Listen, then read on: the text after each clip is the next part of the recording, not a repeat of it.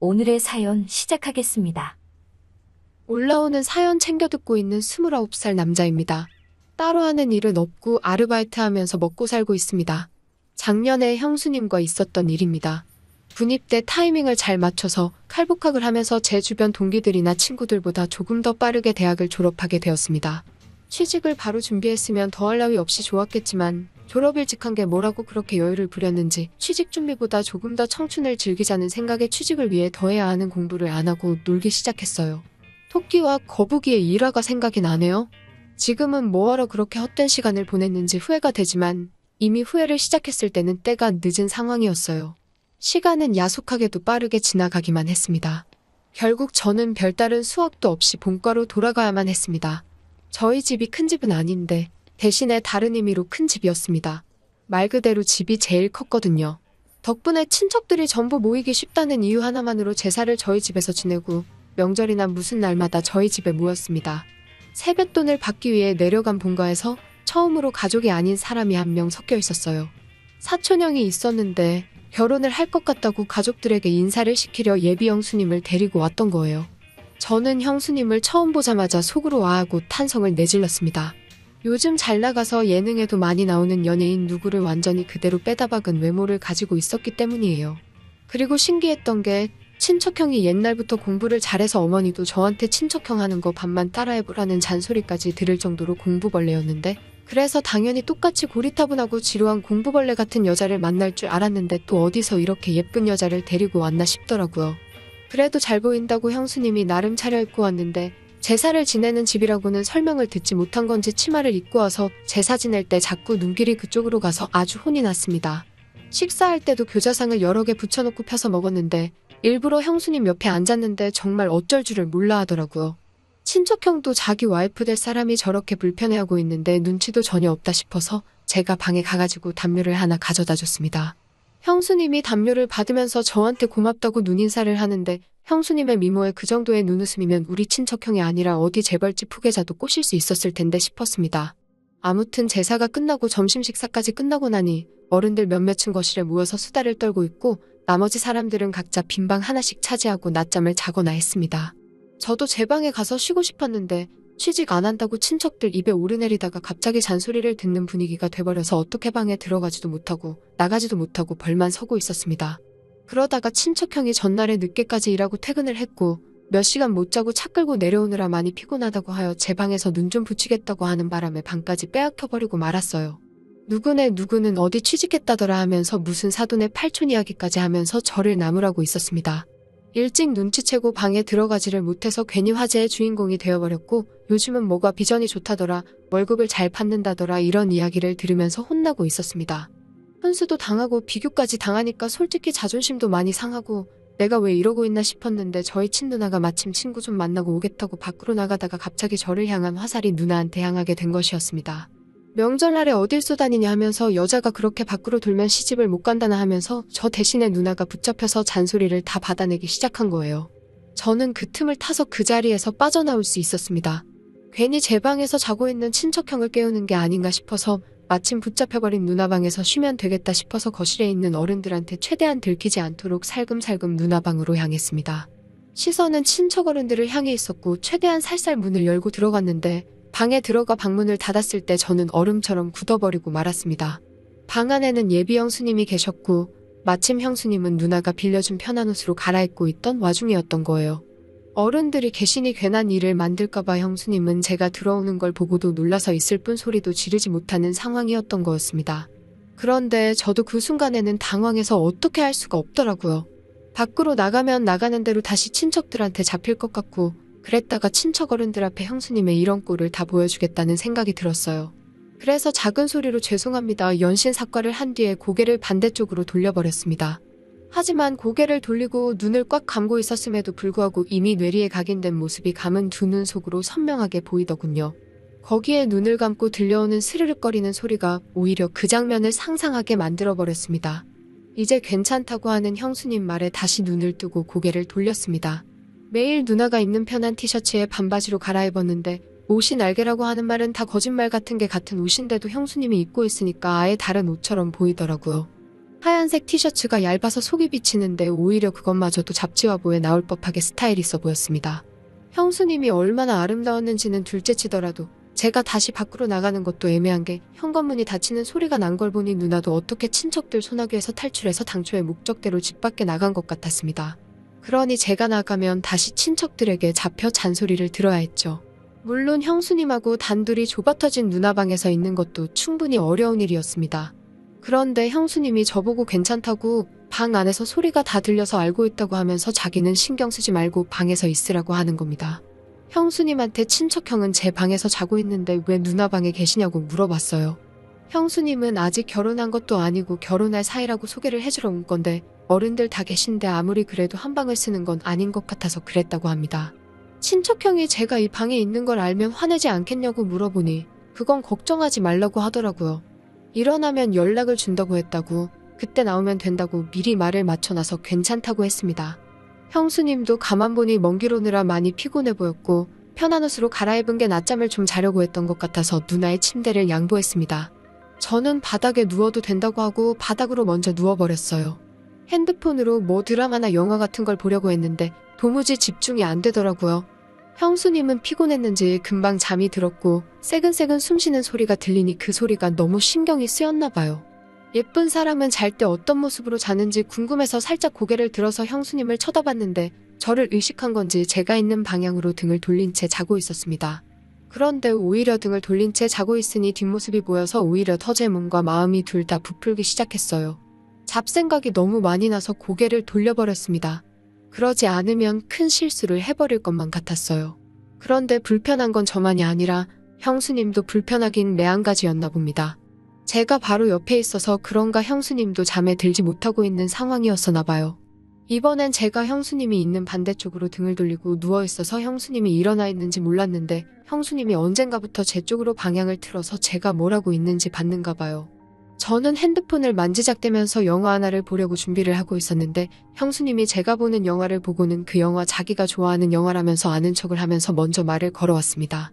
피곤하신데 안 주무시냐 물었더니 괜히 저를 배려해준다고 저 때문에 못 자겠다고는 말을 하지 않았고 그냥 서울로 다시 올라가는 길에 차 안에서 자면 될 것 같다고 하면서 아무리 그래도 어른들이 다 계시고 그런데 편하게 잠들 수 없을 것 같다고 말을 하더라고요. 그 말에도 제가 불편할까봐 헤아려주는 걸 보니 형수님은 참 얼굴도 어쩜 그리 예쁜데 마음씨까지 고운지 여태껏 자라오면서 성적도 항상 좋고 좋은 대학 졸업해서 좋은 회사에 취직한 친척형이었지만 한 번도 부러워해 본 적이 없는데 형수님 같은 여자와 결혼을 하게 된다는 걸 생각하니 처음으로 질투가 다 나더라고요.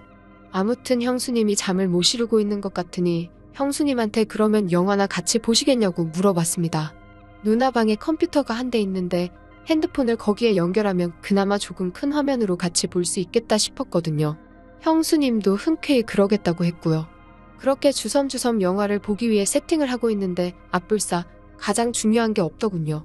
핸드폰과 모니터를 연결시켜주는 케이블이 제 방에 있다는 걸 깜빡해버린 거예요. 자신있게 영화를 보자고 했는데 가장 중요한 게 없어서 난감해져 버렸습니다. 형수님한테 죄송하다고 케이블이 없어서 영화를 같이 못 보겠다고 말을 하는데 형수님이 케이블 이거 말하는 거냐고 하면서 형수님의 가방에서 제가 필요한 케이블을 딱 꺼내더군요. 구멍에 맞는가 꽂아봤더니 딱 제가 찾는 그 케이블이었습니다. 이런 걸 왜 가지고 다니시냐 물었더니 오늘 내려오는 길에 차 안에서 자기도 영화 한 편 보고 싶어서 가지고 왔다고 하는 거예요. 어떻게 우연히 겹쳐서 다행스럽게 제 핸드폰을 연결해서 형수님과 영화 한 편을 보기 시작했습니다. 형수님은 침대에 누워서 보고 있었고 저는 바닥에 누워서 보고 있었어요. 영화를 보는데 바닥에 누워서 책상 위에 있는 화면을 보려고 하니 몸이 많이 베기더라고요. 그래서 이리 돌아누웠다 저리 돌아누웠다 하며 편한 자세를 찾고 있는데 형수님이 그걸 보더니 미안했나 봅니다. 괜찮으니까 옆에 와서 침대에 누워서 보라고 하시더라고요. 그래도 제가 어찌 형수님 옆에 누워있겠느냐 하니까 형수님이 그러면 자기가 바닥에 누워서 볼 테니 저보고 침대에 올라오라는 겁니다. 그런데 또 그건 그거대로 못할 짓이더라고요. 그래서 하는 수 없이 형수님 옆에 자리를 깔고 누웠습니다. 누나 혼자 쓰는 방이다 보니 침대가 그렇게 큰 편이 아니라서 최대한 멀리 떨어져서 누우려고 했는데도 엄청 가깝게 느껴졌어요. 형수님이 뒤척일 때마다 형수님의 오른쪽 팔과 제 왼쪽 팔이 닿았는데 참 그렇더군요. 가까이 몸을 맞대고 누워있으니 향긋한 향수 냄새도 살짝 올라오고 뭔가 이상한 생각이 자꾸 들어서 저는 하는 수 없이 이불을 덮어서 몸을 가려야만 했습니다. 형수님도 참 과감한 게 아무리 제가 형의 동생이라도 그렇지 너무 저를 동생 취급을 하는 게 아닌가 싶었어요. 저도 취직만 안 했다 뿐이지 곧 서른을 바라보는 남자인데 말입니다. 영화가 생각보다 연인 사이가 아닌 남녀가 같이 보기에는 조금 그런 장면들이 많이 나오더군요. 소리를 작게 해놔서 망정이지 밖에까지 들렸으면 오히려 제가 형수님이랑 뭐라도 하는 줄 오해받기 딱 좋은 장면이 나오는 겁니다. 아무리 형수님이 대범해도 그렇지 그 장면이 나올 때만큼은 고개를 돌리고 있더라고요. 장면은 끝날 생각은 안 하고 소리는 더욱 더 대담해지는 것 같아서 제가 냉큼 일어나 영화를 꺼버렸습니다. 그리고 저도 모르게 형수님한테 아까부터 계속 미안하다고 사과를 했어요. 형수님도 영화가 꺼지고 나니 괜찮아졌는지 아니라고 방을 뺏어간 오빠가 잘못한 거지 제가 잘못한 거 아무것도 없다고 하고 살짝 웃는데 가지런하고 새하얀 이빨이 보이는데 정말 안 이쁜 곳이 하나도 없는 사람이었습니다. 이쯤 되니까 형으로부터 형수님을 뺏고 싶은 욕심까지 들었어요. 그러고 얼마 안 있었나 형한테서 형수님에게 연락이 왔습니다. 자기 이제 일어났으니 형수님도 준비하고 나오라고요. 다행스럽게도 친척형이 방 안으로 형수님을 데리러 오지 않는 바람에 단둘이 방 안에 같이 있던 건 들키지 않았습니다. 다만 형수님이 방에서 먼저 나가야 하는 상황에서 빌려 입었던 누나옷에서 형수님이 원래 입고 있던 옷으로 갈아입어야 하는 상황이 발생한 거예요. 또다시 저는 고개를 돌리고 눈을 감고 있었지만 정말 코앞에서 갈아입는 소리가 들리는데 차라리 보고 있는 게 더 괜찮겠다 싶을 정도로 그 장면이 상상이 돼서 아주 말 그대로 죽는 줄 알았습니다. 아무튼 그렇게 자연스럽게 형수님은 누나 방에서 나가고 저도 한참 있다가 방에서 나왔습니다. 아무한테도 들키지 않았으니 둘이서 방에서 보낸 몇 시간은 둘만의 비밀이 되어버린 셈이죠. 그 덕분에 형수님하고 저녁 식사하면서 대화도 많이 나누고 친해져서 서로 전화번호도 교환하게 되었습니다. 제가 서울로 취직을 목표로 하고 있기 때문에 서울에 올라가게 되면 신세 좀 지겠다고 능청스럽게 이야기하면서요. 형수님도 언제든지 도와줄 테니 부담 갖지 말라고 하면서 하루빨리 서울로 올라오라고 하더라고요. 알고 봤더니 형수님도 저랑 똑같이 지방에서 공부하면서 서울에 있는 회사에 합격하면서 서울에는 친구가 거의 없었다고 하더라고요. 그래서 거의 모든 시간을 친척형하고만 보낸다고요. 매일 둘이서만 놀고 있으니 재미도 없고 친척형이 워낙 공부벌레라서 너무 못 놀 때도 있으니 이것저것 가르쳐주라고 하면서 말이죠. 그래서 저랑 형수님 단둘이서 위기투합해서 저녁 식사가 끝나고도 식탁에 앉아서 한참 수다를 떨었습니다. 형수님도 이제 더 늦기 전에 출발하는 게 좋겠다고 하고 일어났는데 저 멀리서 보니까 친척형은 거실에서 상 깔아놓고 삼촌들하고 술판을 벌이고 있더군요. 형수님도 많이 당황한 듯 보였습니다. 형수님은 운전을 못하는 듯 보였고 친척형도 삼촌들 등살에 주는 술 한 잔 두 잔 받아먹다가 고삐가 풀려버려서 술판이 벌어져버리고 만 것이에요.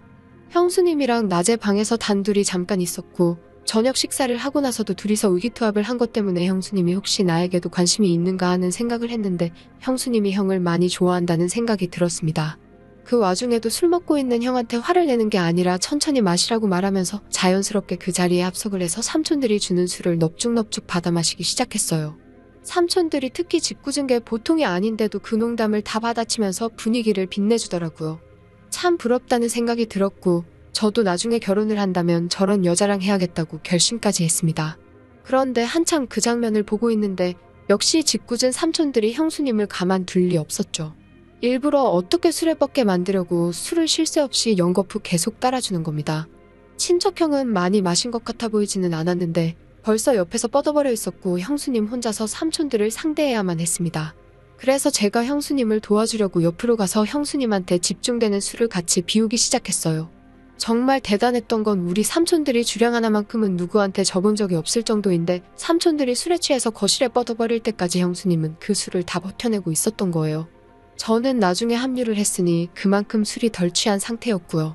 아무튼 삼촌들은 그렇게 그냥 거실에서 재우고 형님하고 형수님을 제 방으로 옮겨서 재우고 저는 그날 외박을 하기로 한 누나 방에서 잠에 들었습니다.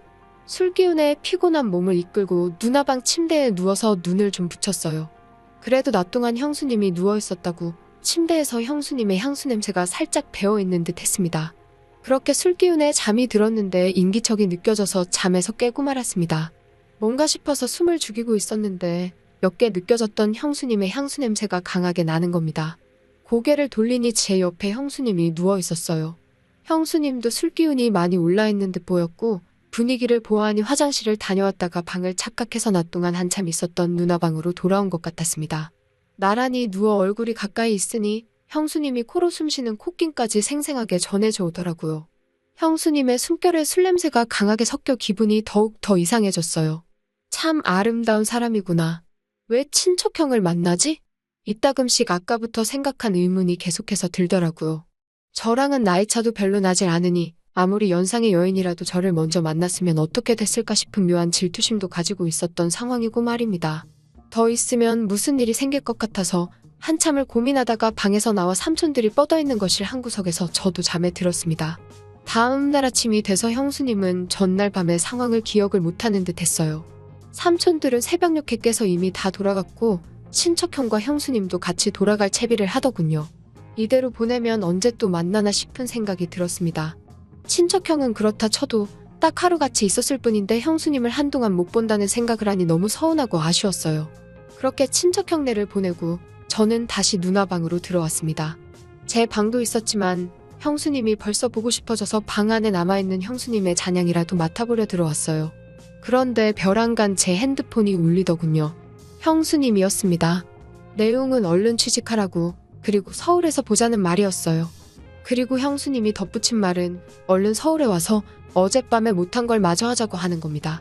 취했다고 생각했던 형수님은 사실 제정신이었던 거고 저는 굴러들어온 기회를 제 발로 차버리고 말았던 거예요. 아무튼 그 말이 계기가 되어서 저는 엄청나게 공부를 하게 되었고 원하는 대로 서울에 취직을 하게 되었습니다. 마침 회사도 형수님네 신혼집과 가까워서 친척형이 출장을 간 날에는 형수님과 둘이서 그날처럼 의기투합해서 함께 시간을 보냈어요. 아직도 가족들에게는 비밀로 하고 형수님과는 종종 만나고 있습니다. 꼬리가 길면 밟힌다는 말이 있는데 들킬 땐 들키더라도 저는 이 관계를 쉽게 끊고 싶지는 않네요. 형수님도 딱 이 정도 사이까지만 원하는 것 같아서 그런 부분은 조금 많이 아쉽습니다. 형수님이 언제고 저를 선택할 결심이 서면 저는 그때는 제 모든 걸 걸어서라도 형수님을 행복하게 해주려고 하는 생각입니다. 또 찾아주셔서 감사합니다. 매일 새롭고 흥미로운 사연으로 찾아뵙겠습니다. 구독과 좋아요 잊지 마시고 다음 사연으로 다시 찾아뵙겠습니다. 감사합니다.